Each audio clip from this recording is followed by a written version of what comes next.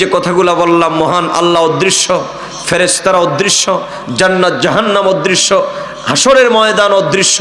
আপনারা বলুন, যদি অদৃশ্য দেখা যায় না, কিন্তু এগুলার উপরে আমাদের ঈমান আছে না নাই?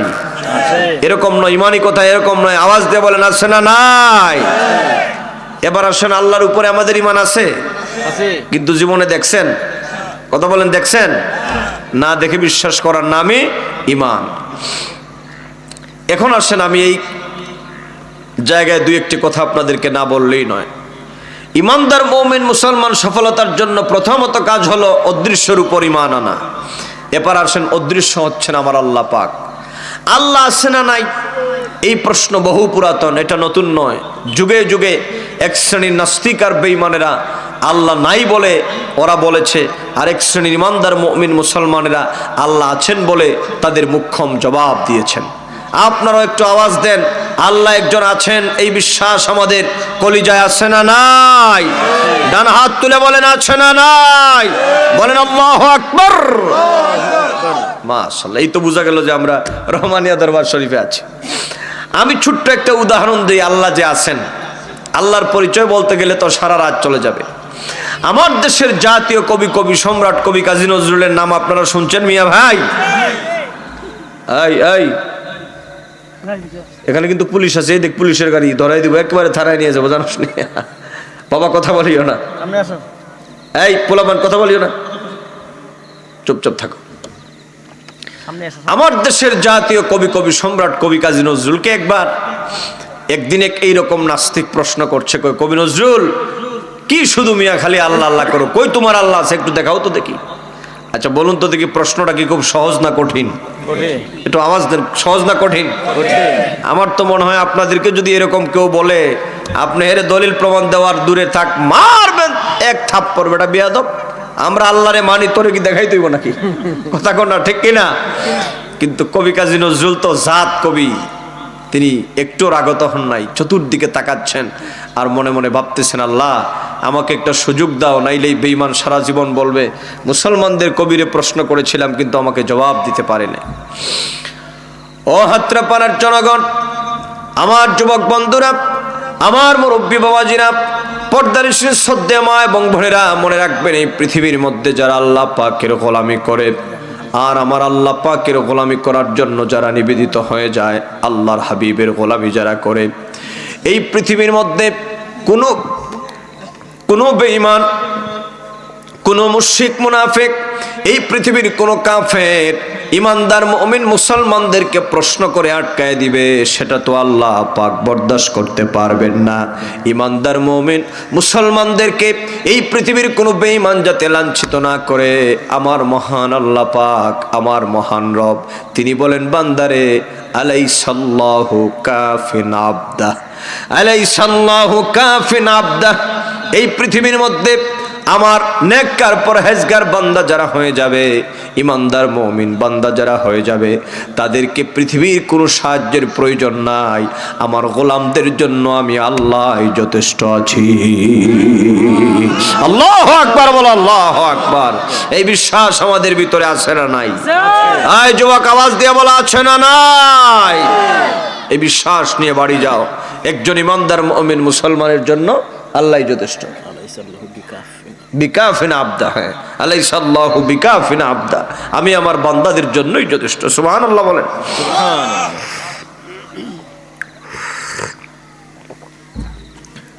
আমার প্রিয় সুধী বন্ধুরা, এবার কবি কাজী নজরুল চতুর্দিকে তিনি তাকাতে লাগলেন, কিভাবে জবাব দেওয়া যায় কাফের বেঈমানটারে, কারণ বেঈমানটা তো বলবে প্রশ্ন করেছিলাম, মুসলমানদের কবিরে কিন্তু জবাব দিতে পারে নাই। আমার যুবক বন্ধুরা শোনো ভালো করে, আমরা যে আল্লাহ পাককে মানি, সে আল্লাহ পাকের অস্তিত্ব সম্পর্কে তিনি প্রমাণ দিবেন। চতুর্দিকে তাকাচ্ছেন, তাকাতে তাকাতে হঠাৎ করে চোখে পড়ল তার একটা চিল পাখি, আকাশের মধ্যে চিল পাখি উড়ে যাচ্ছে। তো আকাশের মধ্যে যখন চিল পাখি উড়ে যায়, দেখবেন কখনো ডানা মেলে চলে, আবার কখনো ডানা গুটাইয়া চলে, কখনো সামনে চলে, কখনো পিছনে চলে, কখনো সোজা চলে, আবার কখনো আঁকা বাঁকা, কখনো ঘুরে। মনে হচ্ছে যেন কোনো সুদক্ষ পাইলট মনে হয় কোনো প্লেনকে ড্রাইভ করছে। কথা কন এটা না? এখন তো আর আপনাদের পাখি দেখার সময় নাই। আগের দিনের লোকেরা হাইটা যাইতো, করিমগঞ্জ থেকে হাঁটা দিত কিশোরগঞ্জ পর্যন্ত একেবারে। এখন তো আপনি ঘর থেকে গাড়িতে উঠবেন, গিয়ে একেবারে কিশোরগঞ্জে আপনার কাজের অফিসের সামনে নামবেন। আগেকার দিনে শীতকালীন সময় আমাদের দেশে অতিথি পাখি আসতো, এখন আর ওই রকম পাখিও লক্ষ্য করা যায় না। কথা বলেন বাজান, ঠিক কিনা? তো কবি কাজী নজরুল চতুর্দিকে তাকাইতেছেন। কবি কাজী নজরুল সম্পর্কে এখানে দুই একটি কথা বলি। আল্লাহু আকবার। তৈবা লোকটি জীবনে কোনোদিন মাদ্রাসা, কলেজ, ইউনিভার্সিটির বারান্দায় পড়ে নাই, কিন্তু কোরআনের কাব্যিক অনুবাদ তিনি করেছেন। আল্লাহ তাকে এমন প্রতিভা দান করেছিলেন, আমার নবীর, আমার দয়াল নবীর এত ইশক প্রেম তার ভিতরে ছিল। আমার দয়াল নবীর শানে তিনি ৪৫০০ কবিতা লিখেছেন। বড় করে বলেন না সুবহানাল্লাহ। আরে ভাই, রাসূলুল্লাহ সাল্লাল্লাহু আলাইহি ওয়াসাল্লাম, এটাই হচ্ছে আল্লাযীনা ইউমিনুনা বিল গায়ব, অদৃশ্যের উপর ঈমান আনে যারা। আপনারা বলুন, সে আল্লাহর উপরে আমাদের ঈমান আছে না নাই? এবার আসেন, অদৃশ্য হচ্ছে ফেরেশতারা, মালায়েকারা। আচ্ছা, ফেরেশতাদের আমাদের সাথে আছে, আপনাদের বিশ্বাস আছে? কিন্তু জীবনে কোনোদিন দেখছেন? আমাদের সাথে দুইজন ফেরেশতা সার্বক্ষণিক আছে, এই বিশ্বাস আছে না নাই? বাড়িতে গিয়ে যখন আপনি পাঞ্জাবি খুলেন, দুইজন দৌড় দিয়ে ওই রুমে চলে যায়। কথা কন। যখন আপনি গোসল করার সময় শরীরের মধ্যে ঘষা মাজা দেন, ফেরেশতারা কয়, আরে ভাই আসতে দেন মিয়া, দুঃখ পাই। কথা বলেন, বলে দেখেন কোনোদিন? কিন্তু বিশ্বাস আছে না নাই? এখানে দুটি কথা খুব জরুরি বলতে হবে আপনাদেরকে, যেহেতু দরবারের মাহফিল। আমরা ঈমানও চাই, আমলও চাই। আমরা যারা আহলুস সুন্নাত ওয়াল জামাতের অনুসারী, আমরা যারা সুন্নি মুসলমান, একদিক দিয়ে আমাদের নবী প্রেম লাগবে, অপর দিক দিয়ে আমাদের আমলগত জীবনটাও মজবুত করা লাগবে। কথা বলো, ঠিক কিনা? আমার যুবকেরা ভালো করে শুনে যাও। আয় বাবা,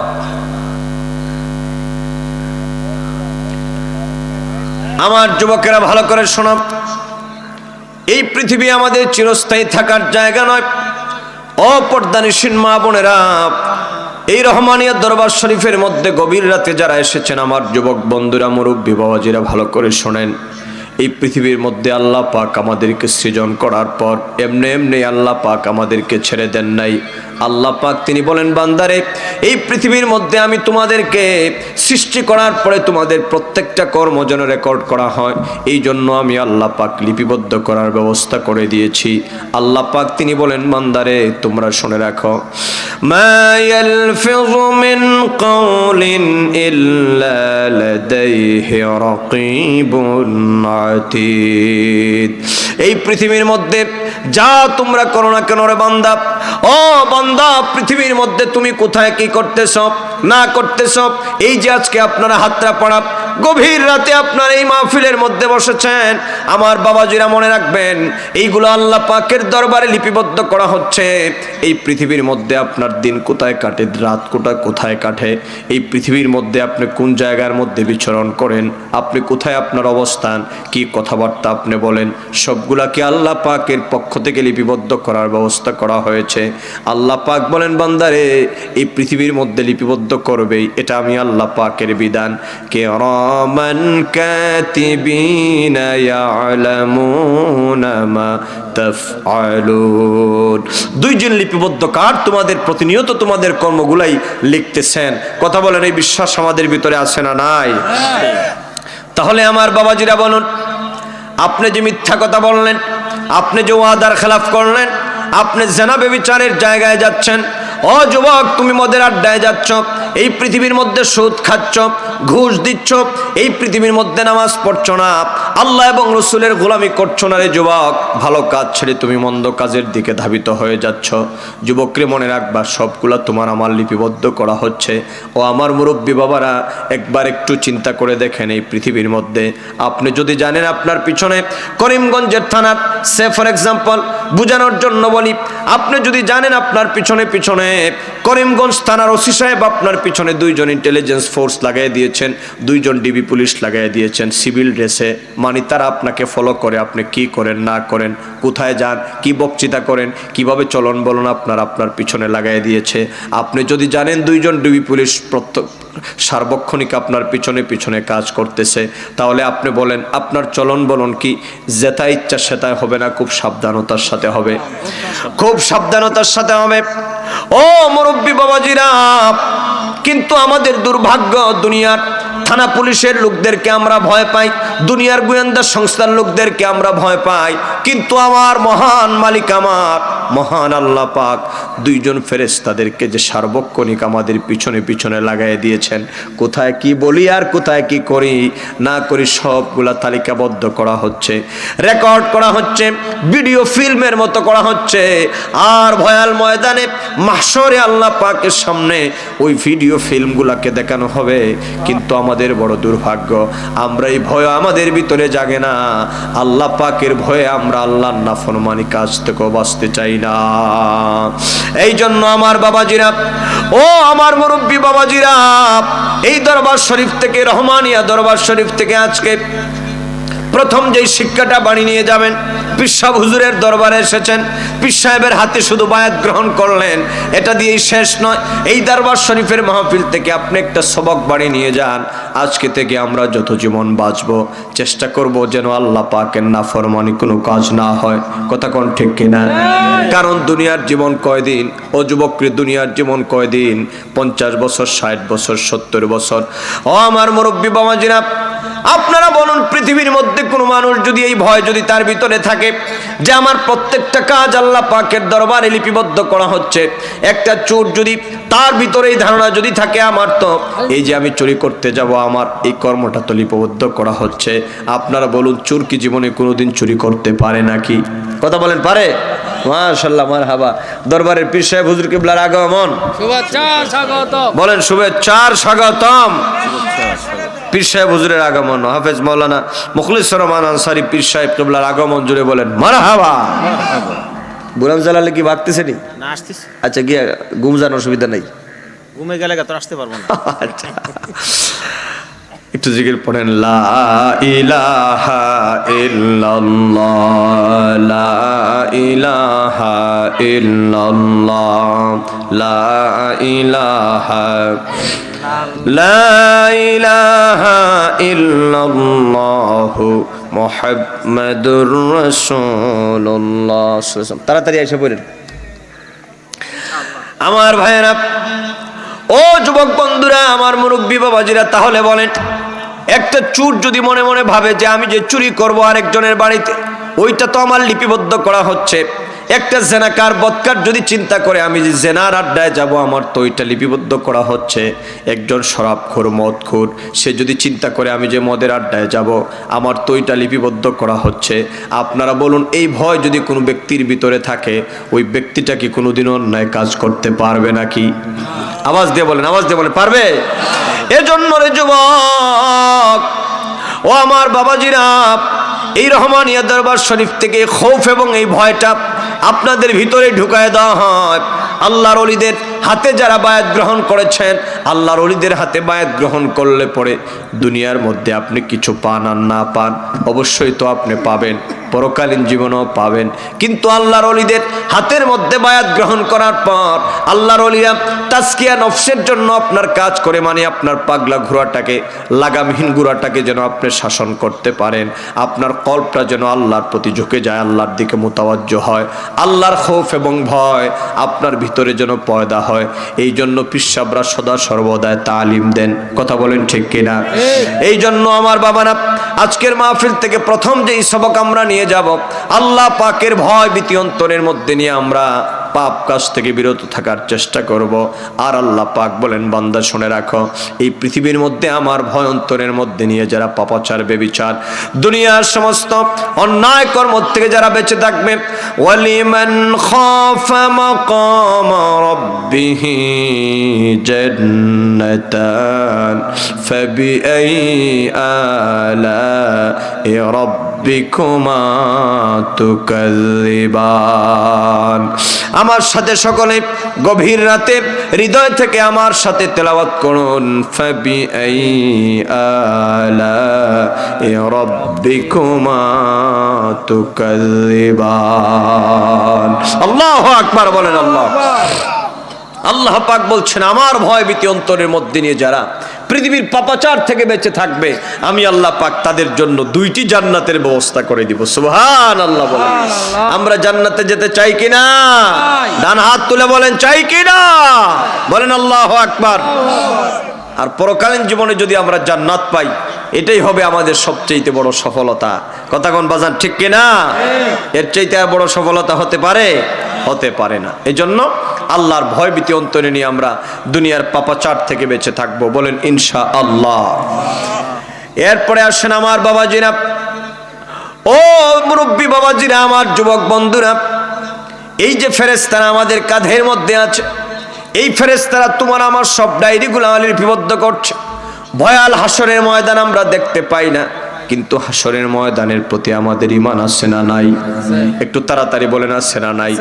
এই হাসরের ময়দান কায়েম হয়ে যাবে, ওই বিচারের ময়দান। ওই ময়দান যদিও দেখা যায় না, কিন্তু এটার উপরে আমাদের ঈমান আছে।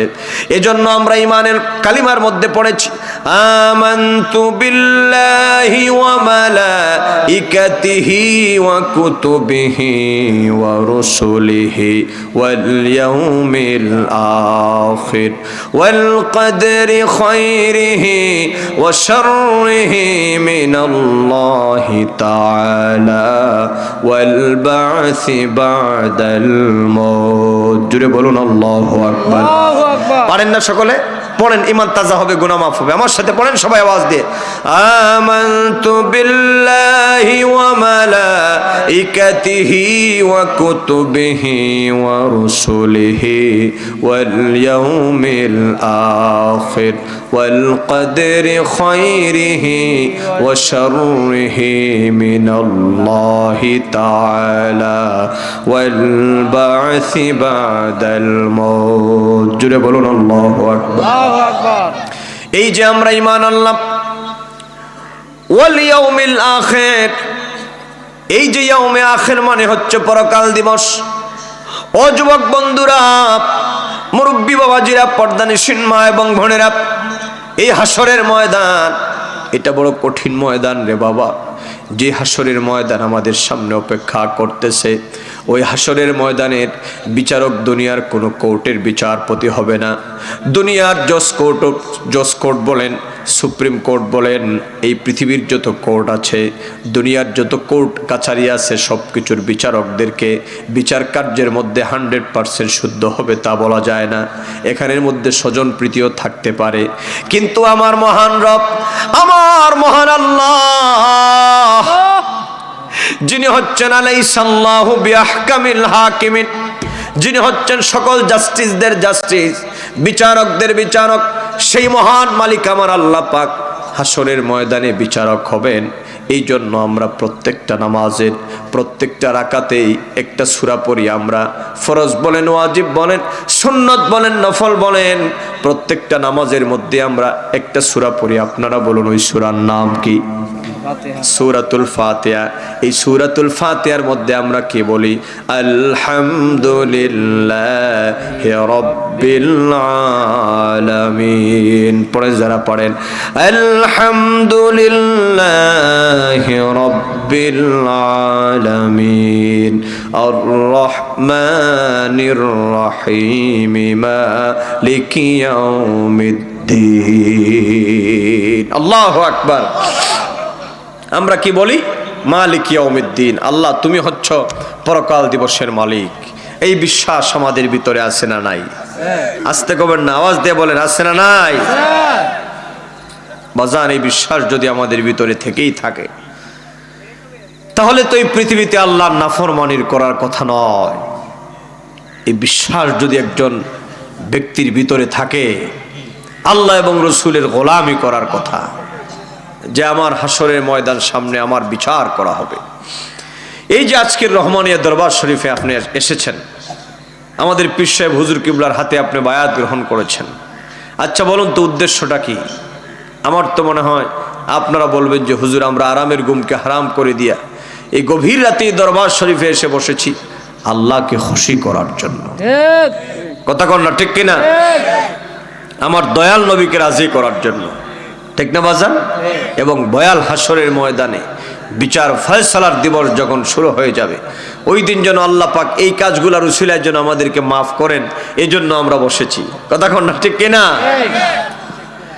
আমার ভাইয়েরা, এই বিচারের দিবসটা কেমন হবে জানেননি? সূরা ইনফাতারের মধ্যে আল্লাহ পাক বলেন, নবী গো আমার, ওয়ামা আদরাকা মা ইয়াউমুদ্দিন সুম্মা মা আদরাকা মা ইয়াউমুদ্দিন। নবী হে আমার, এই যে বিচারের দিবসটা কেমন হবে আপনি জানেন? আল্লাহ পাক সঙ্গে সঙ্গে আমার দয়াল নবী, নূর নবী, হায়াতুন নবী, জিন্দা নবী, গায়েবের খবর দেনওয়ালা নবী, শাফাতের কান্ডারি নবীকে আল্লাহ পাক জানায় দিয়া বলেন, ওগো হাবিব আমার, ওই দিনটা কেমন হয়ে যাবে আপনি জানেননি? আল্লাহ পাক বলেন, ইয়াউমা লা তামলিকু নাফসুন লিনাফসিন শাইআন ওয়াল আমরু ইয়াউমা ইযিল লিল্লাহ। ওই পরকাল দিবসটা এমন হয়ে যাবে যেদিন পৃথিবীর কোনো মানুষ তোমাকে সাহায্য করতে পারবে না। ও বাবা, এই দুনিয়ায় বহু নেতার পিছনে তুমি ঘোরো, যুবক রে মনে রাখবা, ওই দিন কোনো নেতা তোমার সাহায্য করতে পারবে না, এই দুনিয়ার কোনো মানুষ তোমারে বাঁচাইতে পারবে না। ওই দিন আল্লাহ পাক বলেন, যেদিন মা তার মেয়ের হবে না, মেয়ে তার মায়ের হবে না, বাবা তার সন্তানের হবে না, সন্তান তার বাবার হবে না, এই দুনিয়ার কোনো মানুষ যেদিন তোমাকে আমাকে সাহায্য করবে না, আল্লাহ পাকের মনোনীত রসুল এবং বান্দাগণ ব্যতীত, এর মধ্যে আমার বাবাজিরা সাহায্য শুধুমাত্র করবেন আমার দয়াল নবী, আর সাহায্য করবেন আল্লাহর ওলিয়া উলিয়াগণ যারা আছেন, ওনারা ব্যতীত আর কোনো মানুষ সাহায্য করতে পারবে না। আল্লাহ পাক বলেন, ওই দিন কোনো ব্যক্তি তোমাকে সাহায্য যেদিন করতে পারবে না, ওই দিনের নামটা হলো হাসরের ময়দান, ওই ভয়াল দিবসের নামটা হলো পরকালীন ময়দান। আপনারা কথা বুঝে থাকলে জবাব দেন, ওই পরকালের ময়দানে আমাদের বিচার হিসাব কিতাব আছে না নাই? ও যুবক বন্ধুরা আমার, ওই ভয়াল হাসরের ময়দান আমরা দেখি নাই, নিঃসন্দেহের সামনে আমাদের হবে, কিন্তু আমাদের ঈমান আছে। ওই হাসরের ময়দানে বান্দার প্রত্যেকটা আমলগুলাকে উঠানো হবে। আল্লাহ পাক বলেন, বান্দারে কোন জায়গায় তুমি কি করেছো না করেছো রে বান্দা, সবগুলা আমার দরবারে পেশ করা হবে। ও বান্দা, তুমি কোন জায়গায় রাতের গভীরে তুমি কি করেছো? এক আয়াতে তো আল্লাহ পাক বলেন, বান্দারে এই দুনিয়াতে তিনজন মিলে যদি তোমরা কোনো অন্যায় করো, অপরাধ করো, পৃথিবীর কোনো মানুষ যদিও না দেখে রে বান্দা, আমি আল্লাহ পাক তোমাদের সামনে চতুর্থ নম্বরে থাকি। দুইজন মিলে যদি কোনো কাজ করো, অন্যায় করো, আমি আল্লাহ তৃতীয় নম্বর তোমাদের সাথে আছি। একজনও যদি দরজা বন্ধ করে এই পৃথিবীর মধ্যে কোনো অন্যায় অপরাধ করো, আমি আল্লাহ পাক তোমাদের সঙ্গে আছি। আমি শুধু তোমাদের সঙ্গে আছি না, ইন্নাহু হুয়াস সামিউল বাসীর। পড়েন সবাই, ইন্নাহু হুয়াস সামিউল বাসীর। আল্লাহু আকবার বলেন, আল্লাহ। তুমি রহমান, তুমি মেহেরবান, বলেন না সবাই, তুমি রহমান, তুমি মেহেরবান। পাপী গহনা তব শান, অন্ধ বুঝে না তব শান। তুমি রহমান, তুমি মেহেরবান, বলেন সবাই, তুমি রহমান, তুমি জনম জপ নম যদি গাহি, তোমার মহিমা গাওয়া শেষ হবে নাহি। ঠিক না বলো?